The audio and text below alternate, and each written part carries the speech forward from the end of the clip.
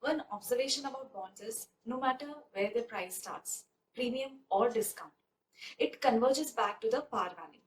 Now, par value is a fixed amount that the issuer promises to repay at maturity.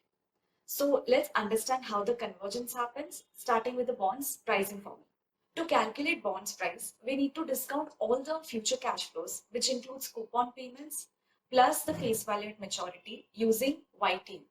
Now, this formula tells us something important, that time will be the primary factor to drive bonds price towards the par value. We'll understand this with an example. Suppose a bond with 1,000 face value, YTM of 10%, coupon rate of 8%, and maturity of 2 years. Now let's plug into the formula and calculate the discounted values for each. After calculating the discounted values, add them all. Price equals 965.28. Now this is the initial price of the bond. After 1 year, only 1 year left. So calculating the price of a bond after 1 year. Again, same steps, discounting all the cash flows. Price equals 981.18. As we can see, price has risen from 965.28 to 981.18, moving towards the par value.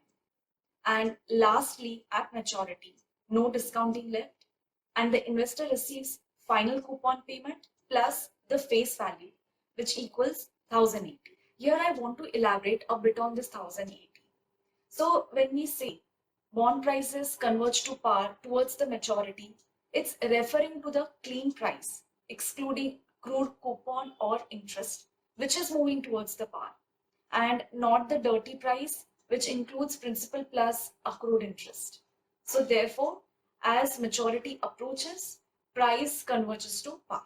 So the key factor for the convergence was time, because as the time passes, fewer payments left for discounting, and therefore price approaching the par value. Let's look at another example, but with a different scenario. In this, we'll change the coupon rate to 10% and YTM to 8%. Face value and maturity remains the same as the previous example. Let's calculate the initial price of the bond, discounting all the cash flows. Price equals 1035.65. As it's a 2-year bond, after 1 year, only 1 year left. Again, discounting all the cash flows. So the price of a bond after 1 year is 1018.51. And lastly, at maturity, no discounting left. Dirty price is 1100 and clean price is 1000. In this example, bond was initially trading at premium, but as maturity approaches, it's moving towards the par. One question arises, that can convergence be interrupted? So yes, if there is any defaulters or any uncertainty in coupon payments. So that was about pull to par effect. Hope it was helpful. See you in the next video.